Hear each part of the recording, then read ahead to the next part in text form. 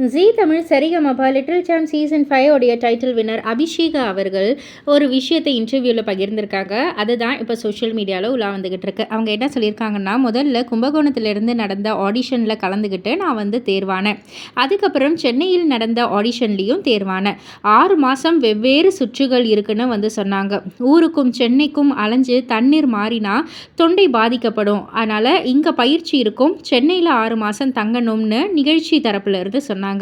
அதை கேட்டதும் வாய்ப்பு கை நழுவி போயிடுமோன்னு எனக்கு தோணுச்சு. சென்னைக்கெல்லாம் வேண்டவே வேண்டாம்னு விடாப்பிடியாக இருந்தார் எங்கள் அப்பா. படிப்பு பாதிக்கப்படும் அப்படின்னு ரொம்பவே பயந்தார்.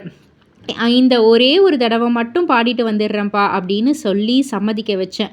நான் ஜெயித்த பிறகு முகம் தெரியாதவங்க கூட என்னை அவங்க வீட்டு பொண்ணா நினச்சி பாராட்டினாங்க. ரொம்ப சந்தோஷமாக இருந்துச்சு. இவ்வளவு அன்புக்கும் பாராட்டுக்கும் பின்னாடி இருக்கிறது எங்களுடைய அம்மா தான் அப்படின்ற மாதிரி, அவங்க வெற்றிக்கு காரணம் அவங்க அம்மா தான்ற மாதிரி சொல்லியிருக்காங்க. ஸோ இதை பற்றி நீங்கள் என்ன நினைக்கிறீங்க? உங்களுடைய கருத்து என்ன அப்படின்றத கீழே உள்ள கமெண்ட் பாக்ஸில் குறிப்பிட்டு சொல்லுங்கள். மறக்காமல் சேனலை சப்ஸ்கிரைப் பண்ணி பக்கத்தில் உள்ள பெல் ஐக்கானை கிளிக் பண்ணிவிடுங்க.